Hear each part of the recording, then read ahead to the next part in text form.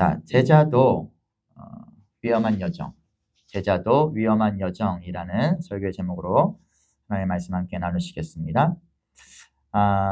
이제 마태복음 10장으로 이어가고 있습니다. 예수님께서 이제 두루 다니시며 하늘나라, 하나님 나라의 복음을 전파하시고 모든 병든 것과 약한 것들을 고치십니다. 이제 세상 나라를 무너뜨리시고 하나님 나라를 세워가시는 장면들이 그려지는 거예요. 그러나 역부족입니다. 왜냐하면 인간의 육신을 입고 스스로를 너무나 제한하셔서 이 땅 가운데 오신 예수님 한 몸 가지고는 아무리 두루 다녀봤자 십자가 고난과 승천의 기한은 점점 다가오고 있고요. 약속의 자손들 모두에게 천국 복음을 전파하기에는 역부족입니다. 그죠? 물리적으로. 그런데다가 이곳저곳에서 만나게 되는 무리들은 마치 목자 없는 양처럼 애처롭기만 했습니다. 그들을 보시면 눈물 흘리시는 예수님을 보게 됩니다. 그 안타까운 무리들의 모습을 보다 못한 예수님이 이제 중대한 결단을 내리시는 거예요. 어떤 일을 하시는가? 아직 갈 길이 멀고 아직 배울 것이 너무나 많은, 아직 너무나 연약하고 부족한 이 제자들을 보내시기로 작정하시는 것입니다. 제자들을 위험한 여정으로, 제자도로 보내기 결정하셨다라는 것입니다. 그 내용이 오늘 10장에 담겨져 있습니다. 예수님께서 12제자를 먼저 부르시는 내용이 나옵니다. 먼저 앞서서 더 부르셨겠지만 좀 이게 후반부에 마태복음에서 10장에서 이렇게 언급하고 있어요. 10장에 이르러서 예수님께서 특별히 몇 명의 제자들을 선별하시는 내용이 나옵니다. 마치 좀 이런 것 같아요. 5장부터 천국 복음을 전파하시고 수많은 무리들이 예수님을 따랐죠. 그러니까 거기서 좀 이렇게 선별하신 듯한 내용이 들기도 합니다만 그런 것은 아니고 다른 복음서를 이렇게 병행 본문을 바라보면 먼저 제자들을 뽑는 것을 알게 되십니다. 그런데 어쨌든 간에 왜 12명인가 라는 생각을 해보게 되는 거예요. 그 유명한 12제자. 왜 굳이 12명인가? 11명 괜찮지 않습니까? 베스트 11 축구팀처럼 11명도 괜찮고 좀 단촐하게 데리고 다니기 편하시게 5명도 괜찮고 아니면 그냥 아싸리 좀 폼나게 한 101명 정도, 그죠? 옛날에 그 프로듀스 101처럼 한 101명 정도 뽑아서 데리고 다니시다가 이제 좀 이렇게 시간 지날 때마다 이게 투표를 통해 가지고 이제 걸러내는 것이죠. 50명, 25명, 그리고 12명 뭐 이런 식으로 해가지고 뽑아도 되실 텐데 왜 굳이 12명일까? 근데 이 뽑아놓은 12도 이 면면을 살펴보면요, 별 볼 일 없어요. 학벌이 좋은 사람도 아니고 집안이 좋은 사람들도 아니고 뭐 돈이 많은 사람들도 아니고 뭐 권력이 있는 사람들도 아닙니다. 그런 사람들을 굳이 12명이나 왜 뽑아 놓으신 것입니까? 여러분, 10이라는 숫자에 큰 의미가 담겨 있는 것을 우리는 생각해 볼 필요가 있습니다. 동서고금을 막론하고요. 10이라는 숫자에 우리 모두는 큰 의미를 부여하곤 합니다. 특별히 우리 민족에게, 대한민국 민족에게는 10이라는 숫자에 많은 의미를 부여합니다. 대체로 그 크고 넓은 것에 대해서, 그래서 뭐 12대문 이런 표현하죠. 큰 집, 막 복잡하고 이렇게 큰 집 갔을 때 우리 12대문이야? 이렇게 표현하죠. 그리고 산이 크면 뭐라 그래요? 12,000봉이라고 하죠. 12를 사용한 거죠. 12,000봉. 엄청나게 봉우리가 많다. 그래서 땅을 지키는 12신장이 있다고 해서 12지신 이렇게 이야기합니다. 세계사적으로도 12진법을 이용하죠. 그래서 1년을 12달로 나눕니다. 시간도요, 12로 해가지고 이제 AM, PM에서 12시간 이렇게 사용하죠. 그리고 점성술 천문학에서도 별자리를 12개로 나눠서 이렇게 설정합니다. 그 그리스 로마 신화에서 올림푸스의 주요 신을 몇 개로 이야기하죠? 12신 얘기하는 거예요. 뭐 아무튼 여러 방면에서 10이라는 숫자는 동서고금을 막론하고 의미 있는 숫자였던 것 같습니다. 그런데 이스라엘에게 있어서는, 이 유대인들에게 있어서는 더 크고 중요한 의미가 있다라는 거예요. 이스라엘의 12는요, 모든 것을 의미하는 완전수입니다. 이스라엘에게, 유대인들에게 12는 완전수예요. 이스라엘이라는 나라의 시작도 야곱의 12아들이 12지파가 되어서 이스라엘이라는 그 나라의 기원이 되잖아요. 그래서 이 12지파는 이스라엘 전체를 의미하는 것입니다. 즉 예수님이 12제자를 부르신 것은 상징적으로 이스라엘 전체를 부르셨다라는 것을 표현하고 있는 거예요. 내가 이 택한 선민 이스라엘 전체를 불렀다. 하나님 나라 백성 전체를 불렀다라는 의미로 12명을 선별하신 것입니다. 그래서요, 여러분 보시면요, 이 12제자 중에 그 나쁜 제자 하나 있지 않습니까? 가룟 유다 있지 않습니까? 예수님을 팔아넘긴 다음에 자결을 했습니다. 그래서 예수님의 제자가 12명에서 11명이 된 거예요. 그럼 뭐예요? 나쁜 놈이 빠졌군. 드디어 베스트 11이 됐어. 이렇게 하고 말았습니까? 아니요. 사도행전에 보면요. 굳이 교회 투표를 통해서 마띠아라고 하는 아주 신실한 그 제자 이외에 신실하게 예수님을 따라다녔던 한 사람을 그 집사를 다시 뽑아가지고 12명을 굳이 채워요. 왜요? 12제자가 의미하는 바가 크니까요. 전체, 하나님 나라 백성 전체를 상징하는 것이 12이기 때문에 굳이 한 명을 더 집어넣어서 12제자를 채우는 것이죠. 이 12명의 제자를 하나님 나라 일꾼으로 세워가시는 것은요. 이스라엘의 회복을 의미하고요. 이제 이 12명의 제자를 통해서 온 세계에 하나님 나라를 세워가시려고 하시는 것입니다. 이런 의미로 선택된 12명의 제자들을요. 예수님께서 가장 먼저 어디로 보내시냐? 이스라엘의 집으로 가라라고 말씀하십니다. 이스라엘 집에 잃어버린 양들에게로 먼저 가라 말씀하시. 한번 읽어볼까요? 오늘 본문의 5절 6절을 보시면 예수께서 이르시되 이 12를 보내시며 명하여 이르시되 이방인의 길로도 가지 말라. 저기 다른 나라 가지 마. 사마리아인의 고을로도 들어가지 마. 저 좀 이렇게 변질된 신앙 가지고 있는 사마리아인들에게도 가지 마. 이스라엘 집에 잃어버린 양에게 먼저 가라라고 말씀하시는 것입니다. 이게 뭘까요? 이건 단순히 구약 성경에서 약속된 이스라엘의 회복을 의미하는 그런 퍼포먼스 같은 게 아닙니다. 이것은 질서와 순서를 말씀하시는 거예요. 여러분, 일에는 순서가 있죠. 내 방이 이 청소 안에서 이거 엉망진창인데 마당 쓸고 닦는 사람 없잖아요. 그렇죠? 내가 이게 손가락이 부러져서 캐스트하고 있는데 이거 근육 키우겠다고 헬스하고 있는 사람 없지 않습니까? 이거 회복이 먼저잖아요. 항상 순서가 있습니다. 여러분, 집안이 엉망이어서 막 아내가 막 그냥 아내랑 맨날 그냥 물건 집어 던지면서 싸우고 있고 애들은 막 아빠한테 대들고 있는데 내가 목회자라고 설교단에 서가지고 하나님 말씀대로 사셔야 됩니다. 이러면 되겠냐고요. 사람들이 비웃음 치겠죠. 여러분, 순서가 있다라는 거예요. 먼저 안에서부터 정리가 되어야 한다라는 것입니다. 복음의 시작점인 이스라엘이 회복되지 않았는데 다른 이방 나라 가서 천국 복음을 전하는 것 순서에 맞지 않는 일이다라는 것입니다. 그래서 이스라엘부터 회복되어야 한다라는 거예요. 하나님께서 제사장 나라로 택하신 민족 이스라엘부터 복음을 들어야 한다라는 것입니다. 기본적으로 창조주 하나님을 알고 구약 성경을 알고 믿어왔고 그 구약에 하나님이 주신 약속의 성취를 기다려왔던 메시아 대망 사상을 가져왔던 이 이스라엘이 먼저 예수 그리스도의 복음으로 깨어나야 한다라는 것입니다. 그러니까 유대인들로부터 복음의 파도가 시작되어야 한다라는 것이죠. 예수님께서는 그것을 의도하셨고 실제로 세계 선교는요. 유대 그리스도인들로부터 시작된 것입니다. 모든 세계 선교가 세계 복음화가 이 유대 기독교인들로부터 시작된 것입니다. 물론 지금 이스라엘 나라가 지금 유대인들이 뭐 기독교 인구가 뭐 퍼센테이지가 얼마나 되냐 얼마 되지 않아요. 그걸 따지는 것이 아니라 복음의 시작이 이스라엘로부터 퍼져나갔다라는 것이죠. 예수님께서는 그 순서를 말씀하고 있는 것입니다. 그런데 이것은 단순히 민족적 지역적인 개념만이 아닙니다. 한 개인에게도 동일하게 역사되는 일이에요. 한 개인이 내가 그리스도인이 되었는데 내가 변화되지 않았어요. 응애하고 거듭났습니다. 그러나 조금 더 그리스도인으로 성장하지 않았어요. 그런데 나가서 복음을 전한다. 나가서 예수 믿으세요 라고 세상 가운데서 복음을 전한다. 그게 아니라 먼저 네가 변화돼야 된다. 네 내면의 변화부터 필요하다라는 것을 또 비유적으로 보여주고 계신 것입니다. 우리 안에서 변화가 먼저라는 거예요. 우리가 먼저 온전한 그리스도인이 되어야 된다는 거예요. 우리가 먼저 온전한 제자도를 오늘 그 보내신 위험한 여정을 우리가 먼저 걸어가야 돼요. 그러고 나서 이방에 나가서 사마리아 고을에 가서 복음을 증거할 수 있다라는 것입니다. 그래서 우리는 확인해야 돼요. 나는 변화됐는가? 복음으로 인해서 나는 진짜 신자가 되었는가? 남들에게 말하기 전에요. 여러분 제가 이제 지지난주에 그 좀 타주로 다녀오지 않았습니까? 근데 이제 비행기를 타고 이제 오는데 국내선에 이제 기대 안 했어요. 국내선에 이렇게 스크린 이렇게 있어서 뭐 이렇게 엔터테인먼트 뭐 이런 거 볼 수 있을 거라고 기대 안 해서 아이들 비행기 안에서 그래도 몇 시간이라도 좀 이렇게 너무 지루하지 않게 하려고 뭐 영화라든지 애들 좋아할 만한 거 막 다운로드 하느냐고 막 되게 막 열심히 이렇게 거기가 인터넷도 잘 안 터진 데여가지고 힘들게 막 그 다운로드하고 막 그래서 이제 애써서 갔더니요. 떡하니 이렇게 내장형으로 이렇게 스크린이 있는 거예요. 그리고 최신 영화들이 막 즐비하게 아이들 것도 막 있는 거예요.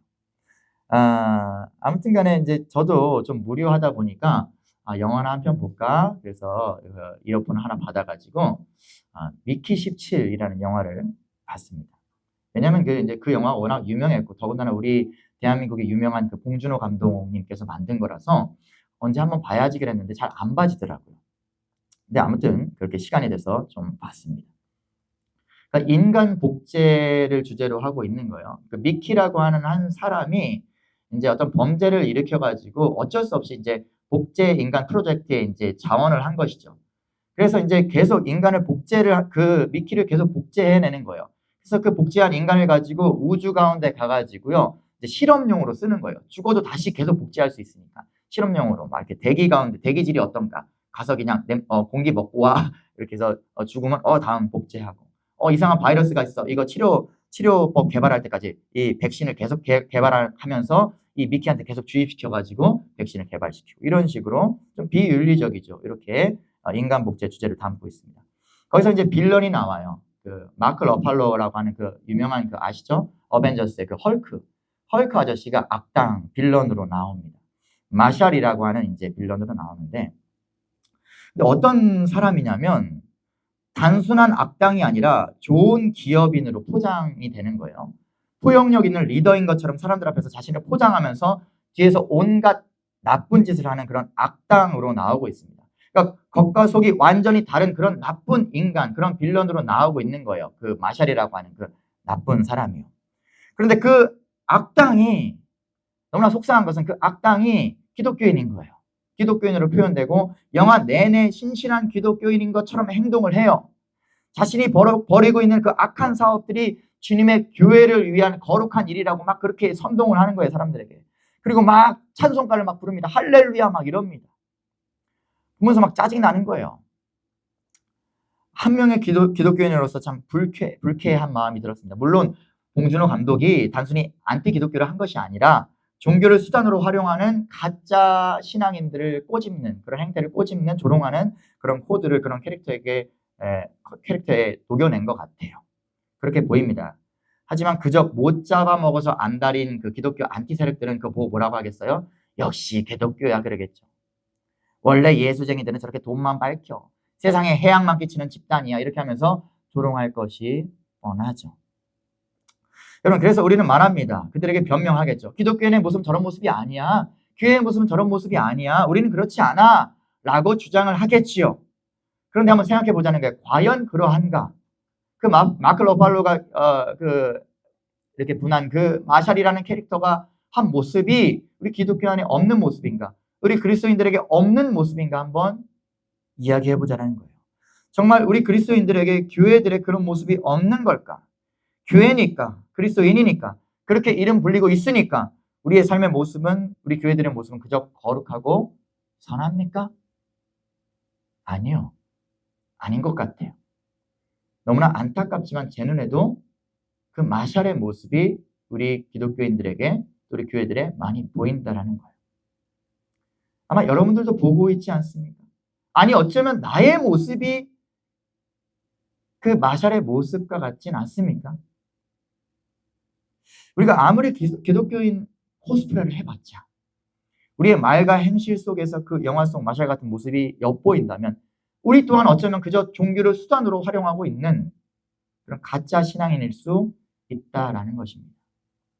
제자도를 조금도 걷지 않고 그 위험한 여정으로 조금도 발걸음하지 않고 그저 세상에서 안락과 편안함만을 위해서 그것을 위해서 이 종교라는 틀을 이용하고 있는 거라면 우리는 그 영화 속의 빌런과 다름없는 가짜 신앙인일 수 있다는 것이죠. 여러분 예수님께서 제자들을 이방 나라보다 앞서 먼저 이스라엘로 보내신 이 순서의 원리는 우리에게 동일하게 적용된다고요. 먼저 우리가 변화돼야 된다는 것입니다. 우리가 먼저 제자도를 걸어야 된다는 거예요. 우리 내면의 변화도 없는데 우리 자신조차 말씀대로 살지 못하는데 예수님의 제자로 살지 못하고 세상에 취해 사는 사람들처럼 그저 세상의 재미만 즐기면서 세상의 달콤한 유혹에 취해서 살아가고 있으면서 남을 향한 배려도 인내도 사랑도 우리 안에 없으면서 어떻게 복음을 전하는 입술이 될 수 있겠냐라는 것입니다. 예수님은 꼬집는 거예요. 제자들을 너희가 이렇게 우우하니 나를 따라다니지 내가 매력적이냐? 내가 뭔가를 줄 것 같으냐? 너희가 제자도를 걷지 아니하면 나의 제자가 아니다. 나의 자녀가 아니다. 하나님 나라 백성이 아니다. 라고 말씀하고 있는 것입니다. 그럼 우리가 먼저 변화돼야 돼요. 우리가 먼저 교회 오빠, 제가 먼저 교회 오빠 되고, 교회 언니, 누나들 되셔야 되고, 교회 동생들 되셔야 돼요. 교회 아들들 되셔야 돼요. 교회 딸들 되셔야 됩니다.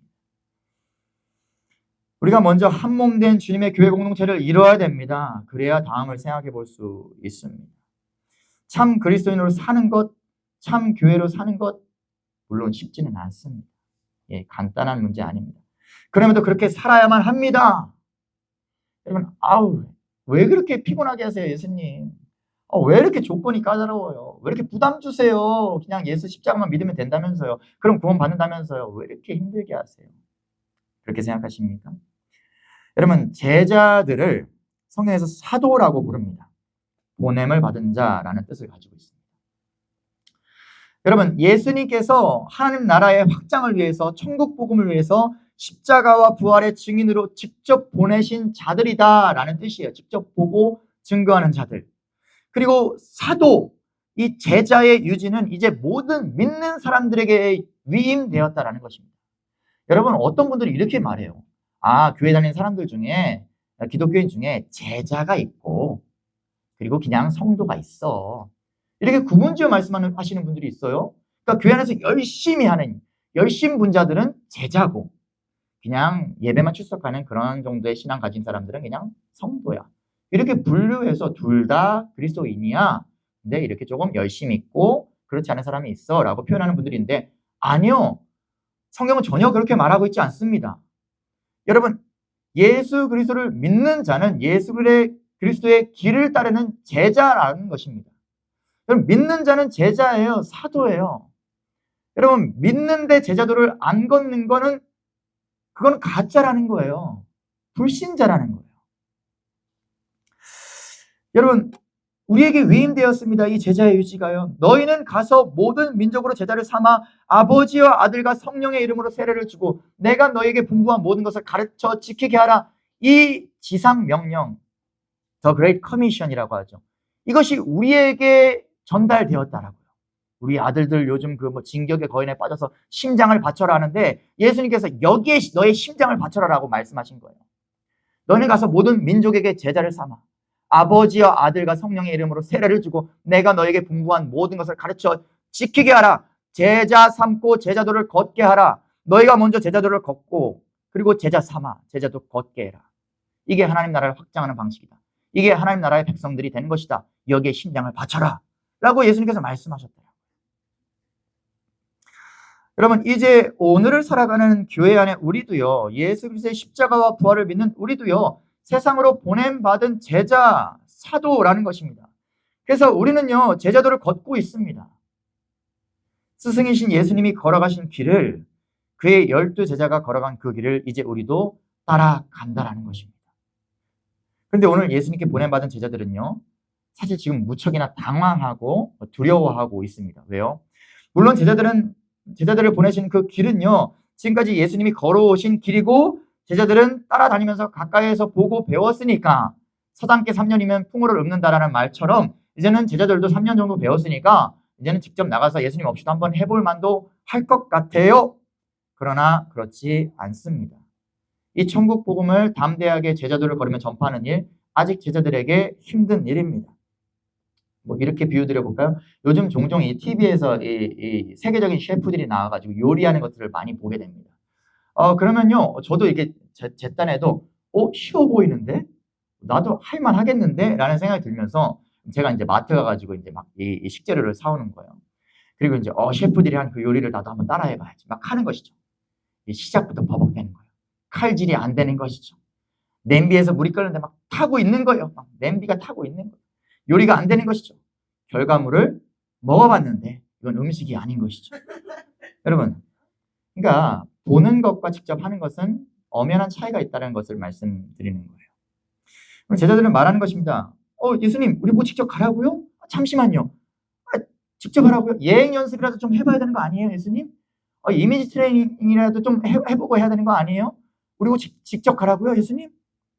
여러분, 그런데다가 9절부터 이 제자들에게 주시는 지침들이 다소 무리가 있어 보이기도 합니다. 9절부터 뭐라고 말씀하시냐면 금이나 은이나 동을 가지지, 그러니까 돈 가져가지 말고 배낭이나 두벌 옷이나 신이나 신발이나 지팡이나 가지지 말라. 그러니까 뭔가 예비하지 말라는 거예요. 돈으로 잠자리를 구하지 말고 여관 같은 데 가지 마. 누군가 너희를 받아주면 거기서 자고 안 받아주면 그냥 쫓겨나와라. 이렇게 말씀하시는 거예요. 또 뭐라 말씀하십니까? 너희가 나 때문에 총독들과 임금들 앞에 끌려갈 것이고 또 내 이름 때문에 모든 사람들에게 미움을 받을 것이다. 이 동네에서 너희를 괴롭히거든 저 동네로 도망가라. 이게 제자도라고 말씀하시는 거예요. 지금 보내시면서 이렇게 무섭게 막 겁을 주시는 거예요. 야, 대부분의 사람들이 너희를 반겨주지 않을 거야. 너를 쫓아낼 거야. 야, 그런 데다가 돈도 가져가지 마요. 야, 편안하게 안전하게 뭔가 미리 예비하지 마. 그냥 쫓아내면 쫓겨나 그냥. 야, 이 동네에서 널 미워하면 그냥 저 동네로 도망가. 계속 그렇게 제자들을 걸어. 라고 말씀하시는 거예요. 심지어요, 34절부터 39절. 심지어 제자의 길을 가다가 주님을 믿지 않는 가족과 나 사이에 화목이 깨어지고 가정에 불화가 생길 수 있다라고까지 말씀하시는 거예요. 그럼에도 십자가를 지고 나를 따르라 말씀하시는 겁니다. 이 모든 난감한 지침들 도대체 무엇입니까? 우리가 아무리 주님을 믿고 따른다고 해도 제자들을 걷기를 원한다고 해도 이건 좀 너무한 게 아닌가라는 생각이 드는 것이죠. 여러분, 우리가 가야 할 제자의 길, 이 길은요, 생각보다 험하고 좁습니다. 쉽지 않습니다. 이 길은 편안하고 넓은 우리의 생활을 포기해야 할지도 모릅니다. 이 길은 세상 사람들이 높여줄 만한 명예도 없고요, 화려한 조명도 없을지도 모릅니다.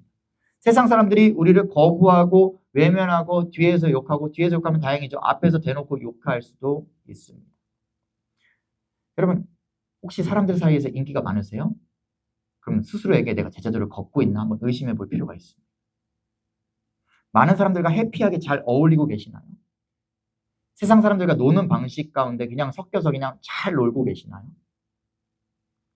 그냥 세상 사람들과 똑같은 세상 것을 즐기며 주님과 상관없는 삶을 살고 있다라는 의미일 수도 있습니다.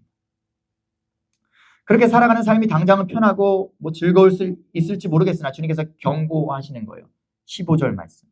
심판날에 소돔과 고모라 땅이 그 성보다 견디기 쉬우리라. 세상에 취해서 먹고 마시며 즐기던 소돔과 고모라, 불과 유황으로 심판 면치 못했던 그 소돔과 고모라처럼 그보다 더 처참한 심판을 받게 될 거라고. 제자도를 걷지 아니하고 신자인 척하며 살아가는 그들에게 경고하고 있는 것입니다. 여러분, 그럼에도 불구하고 신자로 살아가는 것은 쉽지 않습니다. 부담스럽습니다. 네 인생의 주인은 너야라고 외치는 세상 가운데서 예수 그리스도를 주님으로 모시고 사는 게 쉽지 않을 것입니다. 모두가 인생 성공의 길을 찾아가는 와중에 제자의 길을 가는 것이 쉽지 않은 것입니다. 그러나 그럼에도 불구하고 우리가 제자의 길을 걸어가는 이유는 무엇입니까? 단지 심판이 두려워서 그렇게 하는 게 아닙니다. 단지 무서워서 천국 못 갈까 봐, 예수님께 버림받을까 봐 그래서 제자들을 걸으라고 말씀하고 계시는 것은 아닙니다. 29절에서 33절 말씀 보니까 참새 2마리가 한 아사리온에 팔리지 않느냐. 그러나 너희 아버지께서 허락하지 아니하시면 그 하나도 땅에 떨어지지 아니하리라. 너희에게는 머리털까지 다 세신 바 되었나니 두려워하지 말라. 너희는 많은 참새보다 귀하니라. 여러분, 제가 중학교 때요, 그 시골에서 아버지 목회하실 때 살면서 너무 이제 방학 때 무료해서 너희들 방학 때 참 놀러 다니기 좋지. 아빠 때는 방학 때 너무 무료했어요. 그래서요, 그 방학 동안에요, 뭐 했냐면 참새를 한 마리 잡아보고 싶은 거예요. 마당에 참새가 많더라고요. 그래서 빵가루를 이 마당에 이렇게 탁 뿌려놓고요, 그 위에 이제 이게 얇은 막대기 하나 세웠습니다. 그리고 그 막대기 끝에 뭐예요? 그 동그란 그 큰 소쿠리 살짝 걸쳐놓은 거예요. 물론 그 막대기 끝에는 그 얇은 실을 이렇게 묶어놨죠. 멀리 가가지고 이렇게 숨죽이고 기다리고 있는 것입니다. 참새가 와서 그 빵을 이렇게 먹으려고 그 소쿠리 가운데 쪽으로 가는 순간 막대기를 탁 잡아당기면 어떻게 돼요? 소쿠리가 탁 내려앉으면서 참새를 잡을 수 있는 것이죠. 이 완벽한, 이 챗 GPT도 생각하지 못할 이런 완벽한 이 생포 계획을 딱 세워놓고 기다렸습니다. 딱 설치해놓고, 덫을 설치해놓고 기다렸어요. 그렇게 1시간을 기다렸는데 참새가 안 오는 거예요. 왜 안 잡혔을까? 곰곰이 생각해봤는데 오늘에서야 그 이유를 알았습니다. 주님께서 허락하지 않았던 거예요. 예수님께서 참새 한 마리도 그분이 허락하지 않으시면 잡히지 않게 하시는데 오늘에서야 깨달았어요. 주님께서 허락하지 않았구나. 예수님 미워요. 저를 방해하셨어요. 제 방법은 완벽했지만 주님께서 허락하지 않았습니다. 여러분, 농담처럼 말씀드렸지만 몇 푼 안 되는 참새도요, 주님께서 허락하지 않으시면 잡히지 않습니다. 근데 여러분은 참새 따위와는 비교도 되지 않게 귀한 존재라는 사실입니다. 너무나 사랑하는 존재라는 것입니다. 아들이고 딸이라는 것입니다. 우리가 제자의 길을 가는 것이 주님께서 걱정 어린 표정으로 16절에 보니까 내가 너희를 보냄이 양을 이리 가운데 보낸과 같도다 라고 말씀하시죠. 여러분, 양을 이리 가운데 보내면 살 확률이 낮은 게 아니라 무조건 100% 죽어요. 100%. 근데 그 정도로 내가 염려된다라고 말씀하시는 거예요. 내가 너희를 보내는 것이, 제자도로 걷게 하는 것이 양을 이리 가운데 보내는 것 같이 그렇게 염려된다라고 말씀하죠. 그만큼 험하고 좁은 길입니다. 우리가 세상 가운데서 제자도를 걷는 것 그만큼 힘든 일이라는 것 예수님도 알고 계시는 거예요. 그럼에도 이 길을 가야 하는 이유는요, 갈 수 있는 이유는요, 주님께서 함께 가주신다고 약속하시기 때문입니다. 이 길 외에 다른 길에서는 주님을 찾을 수 없다라고 말씀하시기 때문입니다. 오직 이 길만 함께 해주시겠다고 하십니다. 이 길이 험하고 좁아서 싫으십니까? 사람들이 알아주지 않아서 싫으십니까?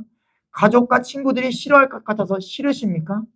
그렇다고 주님 없는 길을 가시렵니까? 주님 없는 길을 혼자서 가실래요? 그럼에도 불구하고 이 길을 가는 이유는 주님께서 오직 이 길 가운데 나와 동행하시기 때문입니다.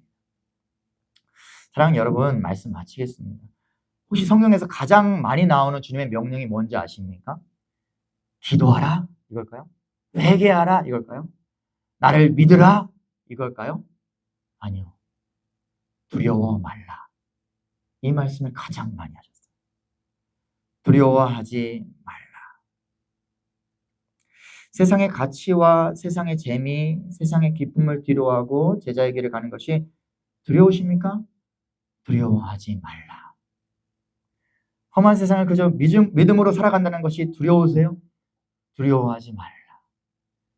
세상의 경쟁 속에서 홀로 정직하고 올바르게 살아가는 게 그러다 망할까봐 두려우세요? 두려워하지 말라. 주님을 믿지 않는 가족들과 친구들에게, 세상 사람들에게 이 천국 복음을 전하는 것이 두려우십니까? 또 그들이 이 복음을 거부하고 나를 조롱하고 나를 외면할까봐, 욕할까봐 두려우세요? 두려워하지 말라. 오직 이 명령에 순종하며 살아가는 제자들을 걷는 여기 모인 우리 모두 되었으면 좋겠습니다. 아멘. 자, 마지막 결단의 찬양 함께 하시면서 제가 이 길 걷겠습니다. 주님, 온 마음 다해 제가 이 길 걷겠습니다. 이런 마음의 결단 가지고 함께 찬양하며 나아가시겠습니다.